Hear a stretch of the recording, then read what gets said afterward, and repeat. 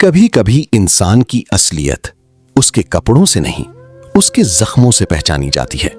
और बाज़ औक़ात जो शख्स दुनिया की नजरों में फकीर होता है, हकीकत में वो सबसे ज्यादा अमीर निकलता है। मगर उसकी दौलत पैसा नहीं, दर्द होता है। आज की कहानी भी एक ऐसे ही फकीर की है जिसे पूरा गांव हकीर समझता रहा। लेकिन जब उसकी हकीकत सामने आई तो हर आंख नम थी, हर दिल कांप रहा था और पूरा गांव खुद को कसूरवार समझ रहा था। उस गांव में ज्यादातर लोग गरीब थे मगर दिल के अमीर थे। लेकिन इंसान की एक कमजोरी हमेशा से रही है, वो किसी इंसान की हकीकत जानने से पहले उसका लिबास देख लेता है। इसी गांव की मस्जिद के बाहर रोज एक बूढ़ा फकीर बैठा दिखाई देता था। सफेद लंबी दाढ़ी, चेहरे पर वक्त की थकन, हाथ में पुरानी लकड़ी की छड़ी, कंधे पर बोसीदा कंबल और आंखों में ऐसा दर्द जैसे उसने जिंदगी में सब कुछ खो दिया हो। लोग उसे बाबा जी कहते थे क्योंकि किसी को उसका असल नाम मालूम नहीं था। कई सालों से वो उसी मस्जिद के बाहर बैठ रहा था। फजर से पहले आ जाता, सारा दिन खामोश रहता और रात को मस्जिद के एक कोने में सो जाता। वो ना किसी से ज्यादा बात करता था, ना किसी से शिकायत करता था। कुछ लोग उसे रोटी दे देते, कुछ चंद सिक्के उसके हाथ पर रख देते और कुछ लोग ऐसे भी थे जो उसे देखकर मुंह फेर लेते थे, जैसे वो कोई इंसान नहीं, एक बोझ हो। मस्जिद के इमाम साहब अक्सर उन्हें गौर से देखा करते थे। उन्हें हमेशा लगता था कि ये फकीर आम आदमी नहीं। उसकी गुफ्तगू में अजीब शाइस्तगी थी, उसके बैठने में वकार था और उसकी आंखों में वो खामोशी थी जो सिर्फ बड़े सदमे झेलने वाले लोगों में होती है।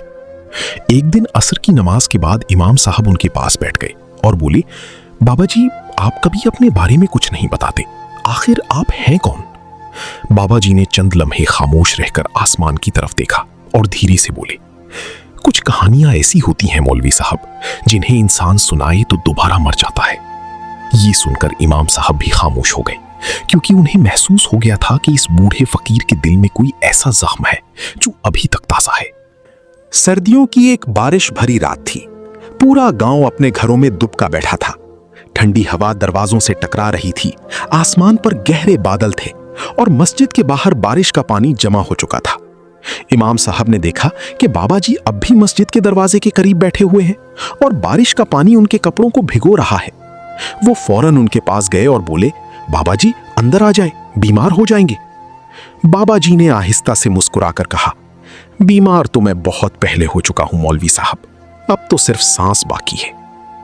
ये अल्फाज सुनकर इमाम साहब के दिल में अजीब सा दर्द उठा। वो समझ गए कि ये इंसान सिर्फ गुर्बत का नहीं, किसी गहरे दुख का शिकार है। अगली सुबह पूरे गांव में एक खबर आग की तरह फैल गई। गांव के सबसे अमीर आदमी चौधरी रहमत अली का इकलौता बेटा शदीद बीमार हो गया था। कई दिनों से तेज बुखार में जल रहा था। शहर के बड़े डॉक्टर भी आ चुके थे मगर कोई फायदा नहीं हो रहा था। चौधरी के घर में कयामत का समा था। उसकी बीवी मुसलसल रो रही थी और पूरा गांव परेशान था क्योंकि चौधरी का बेटा ही उसकी सारी दुनिया था। इसी दौरान लोगों ने देखा कि बाबा जी आहिस्ते आहिस्ते चौधरी के घर की तरफ जा रहे हैं। कुछ लोग हैरान हुए, कुछ हंसने लगे। लगता है फकीर दुआ लेने आया है, एक आदमी तंज से बोला। चौधरी रहमत अली गुस्से में बाहर निकला और सख्त लहजे में बोला, क्या चाहिए तुझे? बाबा जी ने सुकून से जवाब दिया, तुम्हारी बेटी को देखना चाहता हूं। यह सुनकर लोग जोर जोर से हंसने लगे। किसी ने कहा, अब ये फकीर हकीम भी बन गया।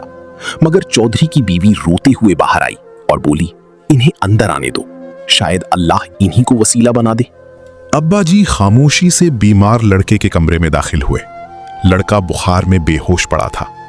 बाबा जी उसके सरहाने बैठ गए। उन्होंने कांपते हाथ से लड़के के माथे को छुआ और अचानक उनकी आंखें भर आईं, जैसे उन्हें अपना कोई पुराना जख्म याद आ गया हो। फिर उन्होंने अपनी जेब से एक छोटी सी शीशी निकाली और चौधरी की बीवी को देते हुए कहा, ये दवा पानी में मिलाकर पिला देना, अल्लाह ने चाहा तो सुबह तक बुखार उतर जाएगा। चौधरी तंजिया अंदाज में बोला, अगर मेरे बेटे को कुछ हुआ ना?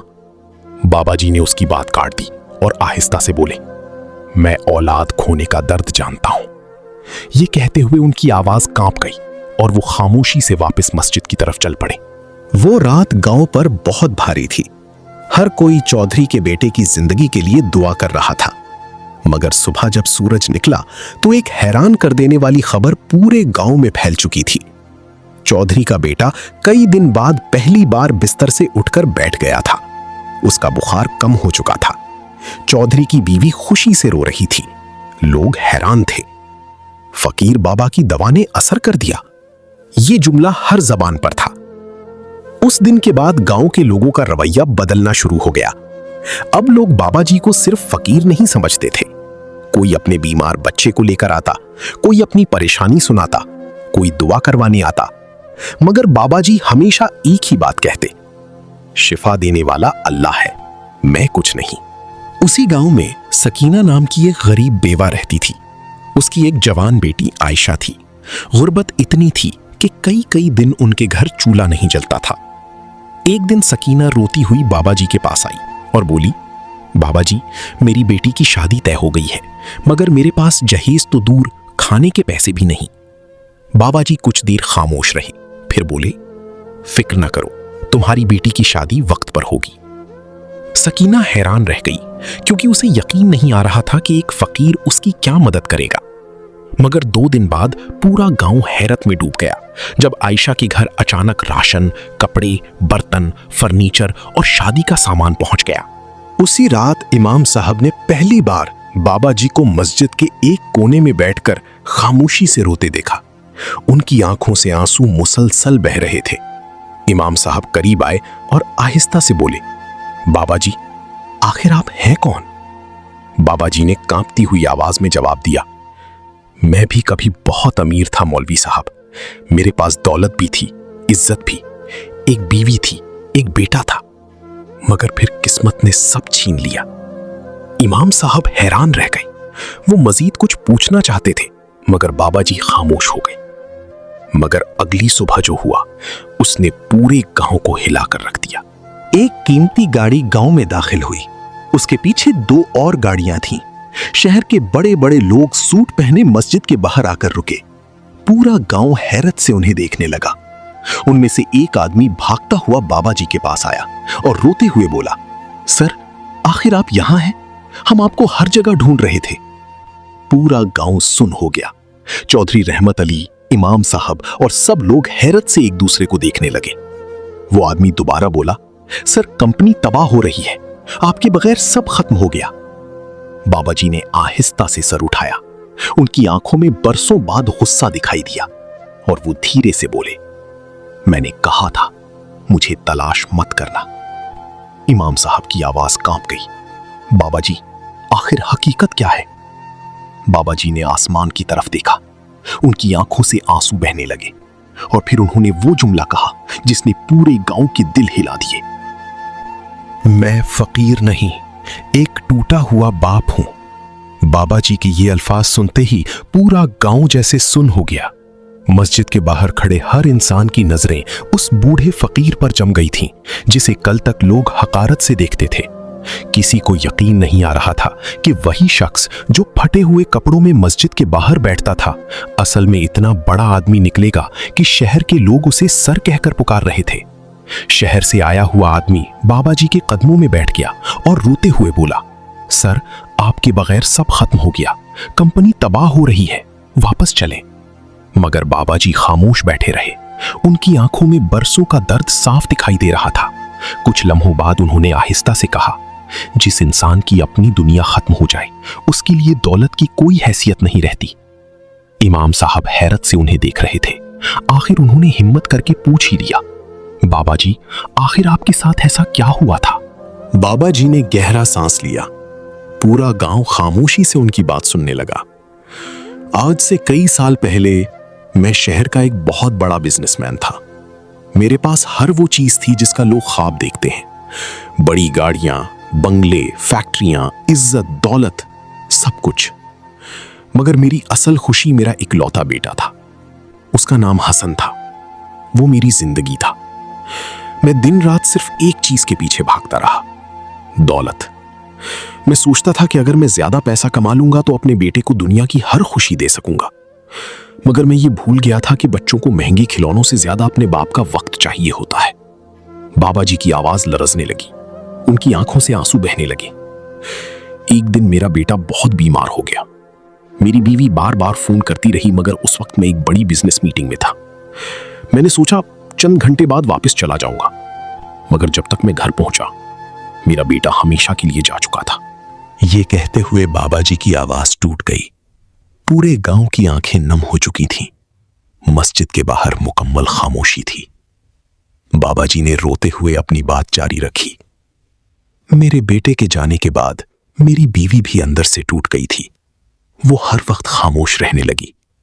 उसकी आंखों में सिर्फ एक सवाल होता था कि जब हमारे बेटे को हमारी जरूरत थी तो मैं उसके पास क्यों नहीं था।